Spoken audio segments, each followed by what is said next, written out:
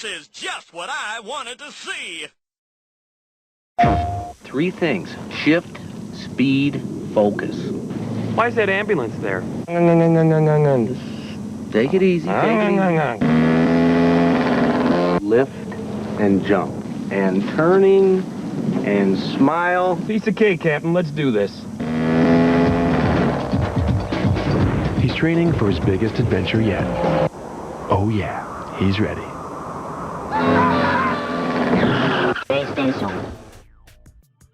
Crash Bandicoot and I go way back. While I did play a ton of Crash Bandicoot 1 and 2 growing up, I didn't own them myself until much later on in life.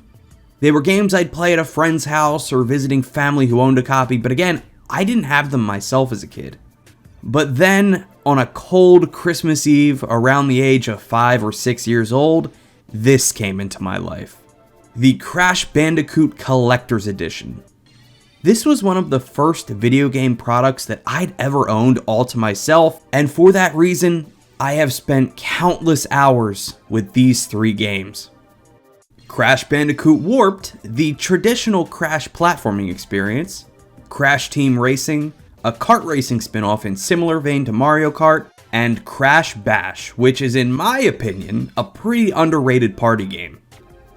Why they chose these three titles for a collector's edition, I'll never understand. With a name like Collector's Edition, it sounds like it'd be better suited for the three mainline titles, but whatever. Of the three games in this collection, the one we'll be focusing on today is Crash Bandicoot Warped, the third game in the original trilogy. For a little history, Crash 3 began development in January of 1998, and the Naughty Dog team were only allowed up to 10.5 months to get the game completed and shipped. That's right, less than a year to make a game bigger than Crash Bandicoot 2. The team wrote up a long list of new gameplay ideas, like airplane dogfights and jet ski exploration, but it wouldn't be an easy task to accommodate them in the Ghoul engine created for the prior game. With these new challenges presented, Naughty Dog veteran Andy Gavin, along with fellow team members Stephen White and Greg Omi, would create three brand new gameplay engines for Crash 3. Two of these new engines would be used for free-roaming exploration style stages, while the third would be used for racing levels in the style of a driving simulator. Combined with the Ghoul engine of Crash 2 being used for the standard platforming stages, Crash Bandicoot Warped uses a total of 4 different gameplay engines. The game would go on to launch in North America on November 4th of 1998, in Japan on December 17th, and in Europe on December 31st of 1998.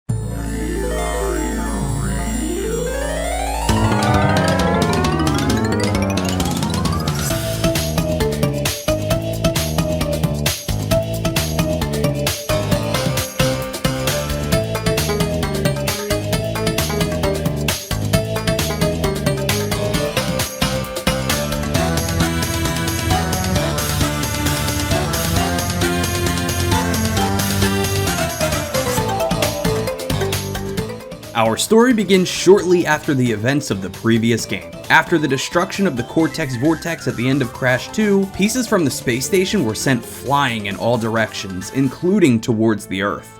Some of the debris crashes into an ancient temple hidden in the jungles of the 𝗵𝗵𝗿 Islands, setting free an evil entity named 𝗬𝗵𝗂𝗃, who just so happens to be the mastermind behind all of Cortex's evil schemes. As Cortex begs for forgiveness after losing the crystals in the explosion, 𝗬𝗃𝗃 introduced Dr. Entropy, the master of time travel, along with his time-twisting machine. The three plan to use the time twister to travel back in time and collect the crystals as they existed in the past.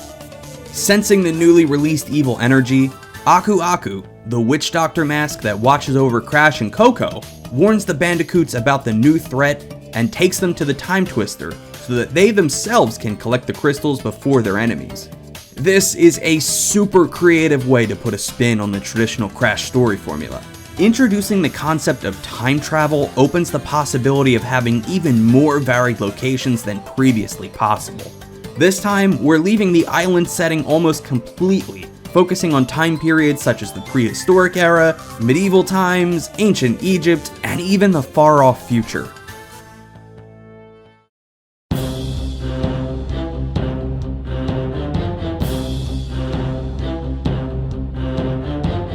While the locations have changed, the goal remains more or less the same from Crash 2. You navigate a warp room, choosing which stage you'd like to play, grabbing the crystals and gems, and reaching the exit. It's pretty straightforward. Newly added are item roulette crates, which let you choose which type of item you'd like by breaking them at the right time. If you wait too long, they'll turn to metal, making them unobtainable. A tally of your crates has been added to your HUD, making gem collection so much more convenient. Gone are the days of just crossing your fingers before reaching the end of a stage, just hoping you manage to find them all. Now you can keep track as you play, which is such a nice thing to have. The main gameplay style of Crash 3 is almost completely unchanged from the improvements that were made in Crash 2, save for a few new additions. Crash can still jump, spin, slide, and body slam, but Crash 3 introduces ability upgrades. After beating 5 stages in each of the Time Twister areas, you'll face off against a boss, and once beating said boss, you'll receive a permanent ability power-up. After taking out the first boss, Tiny Tiger, you'll obtain the Super Body Slam. This is absolutely useless. The Super Body Slam is an upgraded version of the standard Body Slam, but in truth, it's completely unnecessary. Like Crash 2, Crash 3 has special crates that can only be broken with the Body Slam move. In Crash 3 though, they now require the Super Body Slam to break. The issue is, these locked crates only begin to appear in stages after you acquire the power-up. There's never a moment where you can't break all of the crates in a stage due to lacking a power-up, so why was this necessary? This was most likely just a filler power-up given to the first world as to not make Crash too overpowered early on. Following the Super Body Slam, Crash obtains the ability to double jump, use an improved spin attack that allows him to hover in the air for a short period of time, a Wumpa Fruit Bazooka that can be used to take out enemies and crates from a distance, and finally, the Crash Dash, letting Crash sprint instead of his traditional jogging speed. The double jump and death tornado spin are by far the stars of the show here. They flow so well into Crash's basic moveset and open the door to new traversal opportunities. Combining a slide into a double jump and finishing with the tornado spin can net you some serious air distance, making tougher jumps a breeze. Disappointingly, the Fruit Bazooka is pretty situational, only really being necessary in a few stages to grab some gems.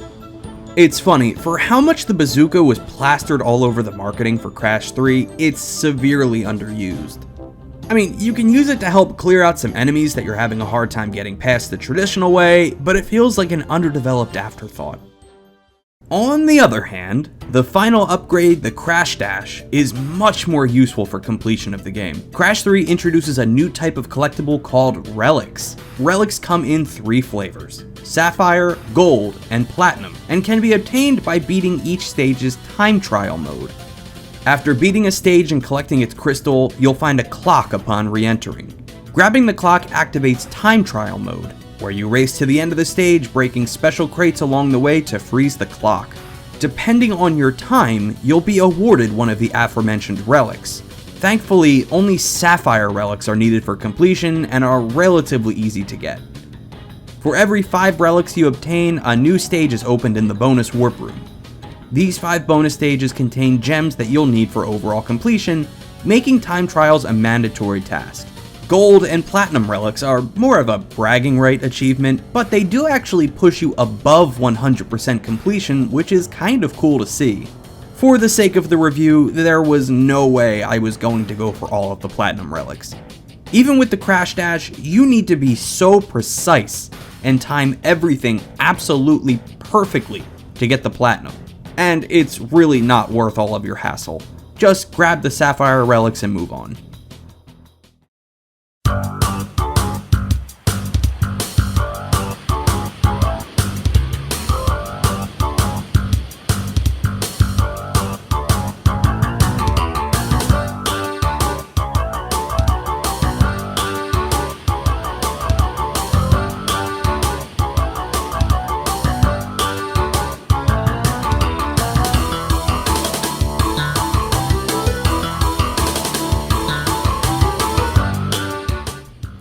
Now let's talk about Crash 3's new gameplay modes.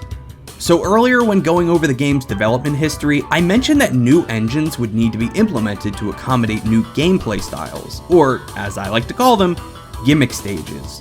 Yes, gimmick stages return in full force, with stages involving riding a tiger on the Great Wall of China, racing a motorcycle in the 1950s, scuba diving, and flying a biplane in what I'm going to assume is a World War I or II setting? Now let's just assume that this is World War II. Does that mean that Cortex went back in time and took control of a certain military regime? Yeah, anyway, you can now play as Crash's sister Coco, but only in a selection of these stages. Looking back, as a kid, I loved these stages, especially the motorcycle races. I guess the idea of Crash and Coco piloting vehicles was cool to me, but now, these are hands down my least favorite aspect of the game. When it comes to Crash games, I'm a purist when it comes to the gameplay. I like the traditional jumping and spinning, so any time taken away from that just isn't enjoyable to me. The Coco Tiger stages aren't too bad. It's just a reskinned version of the polar bear levels from Crash 2. The scuba levels are fine, but they go on for a little too long in my opinion. Thankfully, there's only 2 of them, so it doesn't take up too much gameplay time. You ride a jet ski as Coco in a cool pirate setting. I don't really mind these, but my god, these go on for way too long. Ski Crazed, one of the extra bonus stages, took me close to 16 minutes to beat breaking all of the crates. It's not that I'm bad at these stages, they're pretty easy all things considered, but their length is just way too long. The worst of these is Hot Coco, being a completely open area with no set path. You wander around this enormous area just searching for the 70 crates needed for the gem. If you miss one along the way, yeah, good luck finding it. You'll be there all day. The last 2 gimmick stage styles, in my opinion, are abysmal. There are 4 different stages that have you racing a motorcycle. The main goal of these stages is to come in first place, which in and of itself isn't too difficult. What makes this such an annoying task to complete is the finicky collision detection. On numerous occasions, there are crates placed behind pits that you either need to jump over with a ramp or try to navigate around. The hitboxes of these pits are just way too big, and you constantly fall down when you really shouldn't. When this happens, you respawn further along the track and you can't go back. Missing just a single crate, you need to then pause the game, return to the warp room, and start the stage over from the beginning, just for another chance to fight with the bad collision detection. The biplane stages have you navigating an aerial battlefield to destroy certain targets. Thankfully, you have an arrow guide directing you to your targets, but the whole time you're being attacked by these smaller enemy planes. By the time you finally reach your target, you've lost a ton of health. Health can be replenished by shooting down these balloons scattered across the map, but they're spaced way too far apart. You can destroy the other planes, as well as avoid their shots with a roll, but again, the collision is just way off here. Shots need to be pixel perfect precise to hit their target, so most of the time you just end up missing all of your shots. The objectives you need to destroy don't fight back, thankfully, and go down pretty quick. But like the health balloons, they're just placed way too far apart from each other. So much of these levels is just flying in a straight line to the next objective while doing your best to avoid enemy fire. It's so boring.